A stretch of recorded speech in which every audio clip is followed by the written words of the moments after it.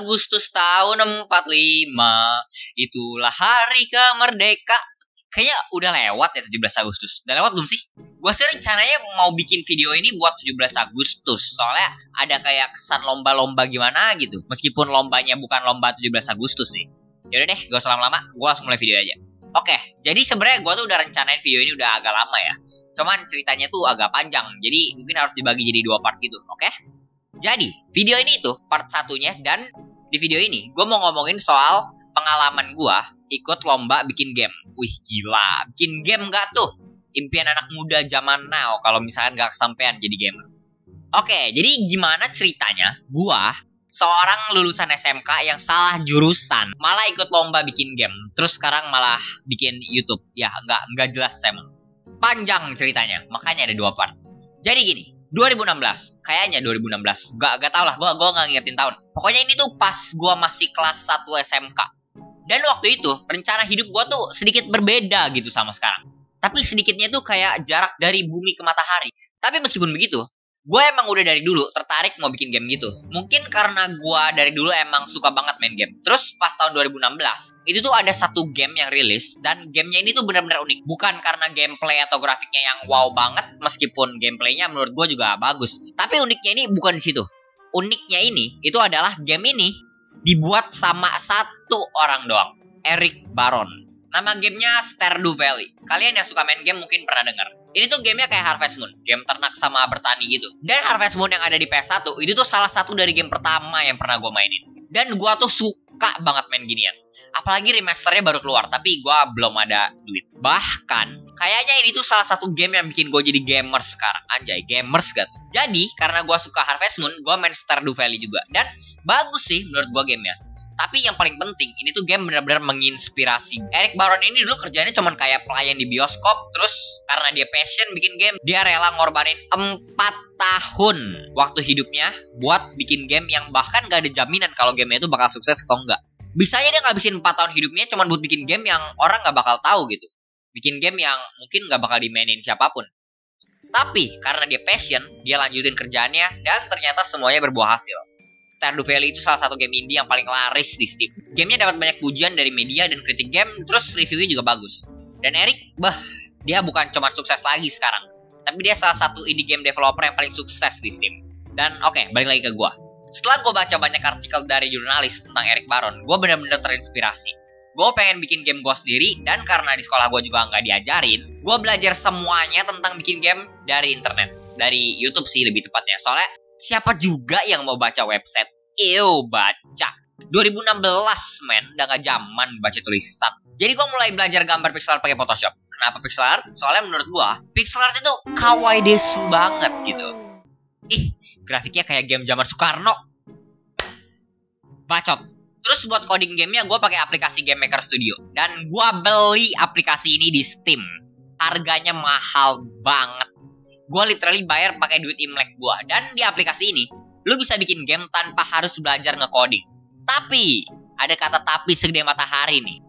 Kalau lu nggak pakai codingnya, itu tuh lu cuma bisa bikin game-game simple kayak Pong atau enggak Flappy Bird paling.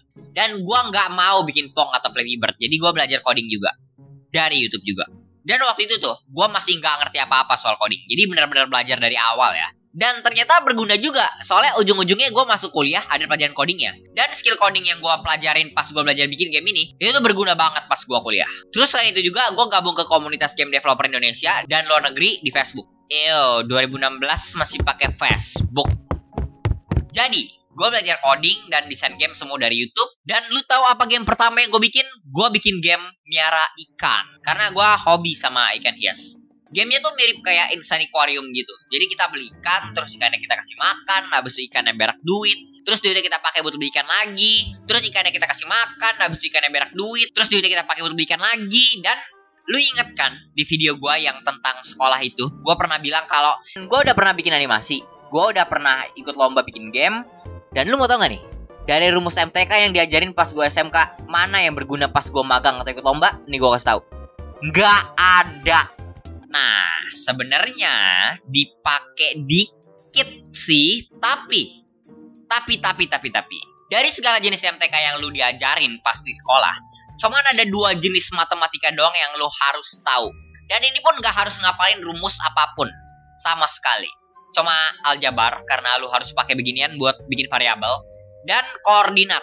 Dah, itu aja. Ini tuh sebenarnya lu juga nggak harus tahu sih, lu cuman harus tahu kalau X itu horizontal dan Y itu vertikal. Dah, itu aja. Lu nggak harus ngitungin atau ngapal-ngapalin rumus-rumus gak jelas gitu. Dan kenapa tiba-tiba gue ngomong begini? Karena dulu tuh ya, pas bikin game, gue inget aja gitu, hal kayak gini tuh sering terjadi.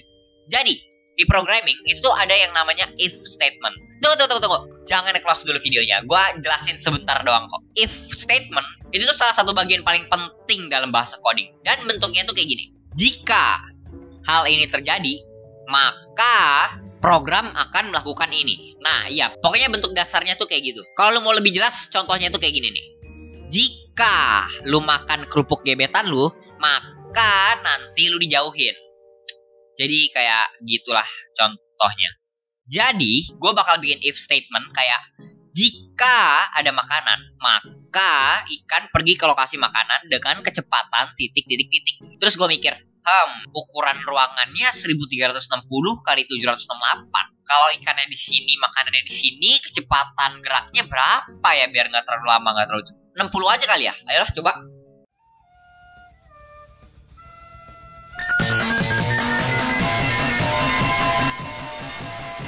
Dan hal kayak gitu tuh sering terjadi.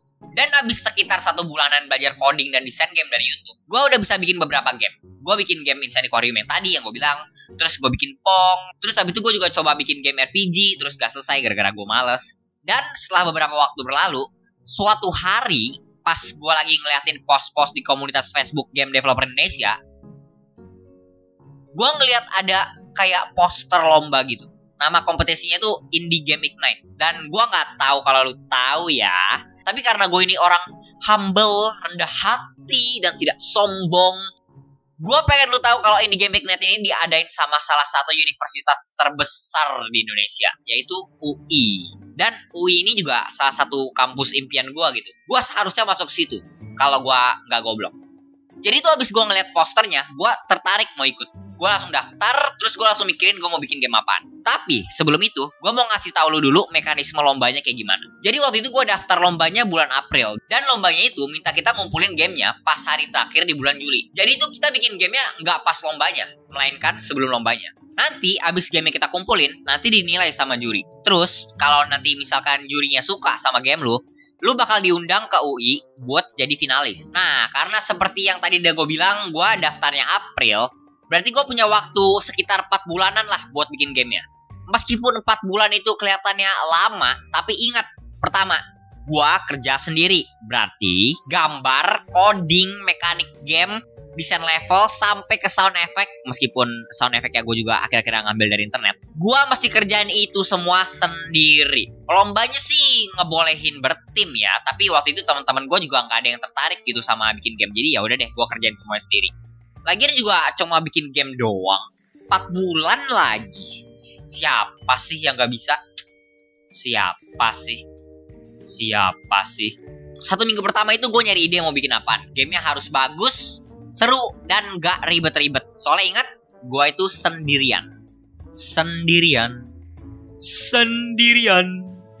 Gue akhirnya mikir mau bikin game Tower Defense. Dan bagi lo yang gak tahu, Tower Defense itu kayak game yang dimana kita bikin menara buat mempertahankan bangunan utama kita dari gerombongan musuh yang datang.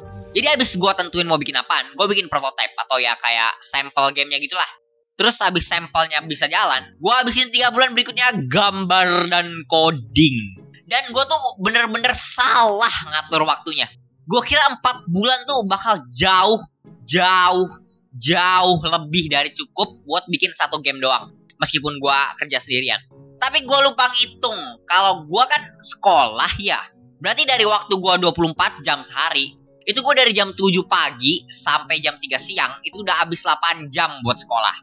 Ditambahin PR sama kerja kelompok, jadi buletin lah jadi 9 jam tiap hari. Terus abis itu, kita manusia sehari tidur 8 jam lah rata-rata. Makan, mandi, nonton YouTube, bersih-bersih rumah, bantu-bantu orang tua sebentar, terus di jalan raya, bilang aja lah kayak 4 jam lah. Itu tuh udah 21 jam total yang habis. Jadi, rata-rata paling gue cuma bisa ngerjain game itu kayak 3 jam doang sehari. Dan ini tuh gak ngitung hari libur ya. Jadi tuh gue bener-bener harus bisa bagi waktu selama 4 bulan ini. Gak jarang tuh ya, gue bawa laptop ke sekolah, terus pas istirahat, atau kalau lagi kelas kosong, soalnya dulu sekolah gue sering ada kelas kosong gitu, itu tuh gue pakai sepenuh-penuhnya buat ngelanjutin game gue. Itu tuh 3 bulan gue relain waktu gue tidur, waktu gue main game, sama sosmed gue, dan hampir setiap harinya gue begadang tidur jam 12 sampai jam 1 buat menuhin deadline. Terus gobloknya gue lagi tuh ya, gue ngambil waktu itu bener-bener salah. Soalnya ini tuh kan pas gue kelas 2 SMK ya.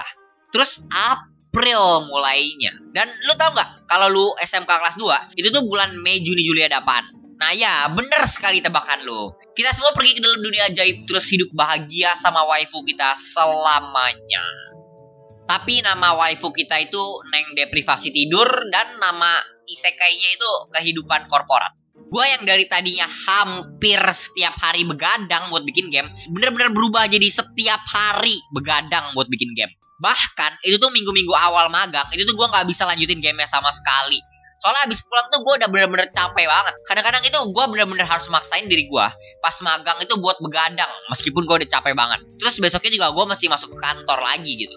Pokoknya dulu tuh rada parah lah. Kalau lu pernah nonton video gue yang tentang magang atau yang tentang video operasi gue, lu tau lah pas magang-magang ini juga kesehatan gue juga merosot banget gitu. Dan gue tuh ngerasa bener-bener udah terlanjur banget gitu. Gimana ya, pas masa-masa gue bikin game ini, itu tuh gue sering banget mikir kayak, kayaknya udahan deh.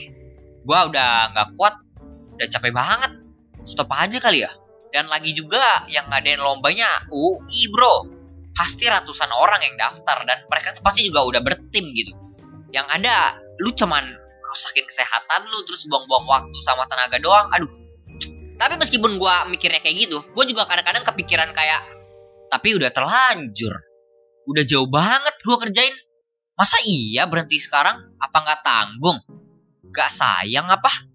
Meskipun gak menang ya setengahnya udah coba lah. Dan mindset gue tuh bener-bener kayak bakal bolak-balik gitu.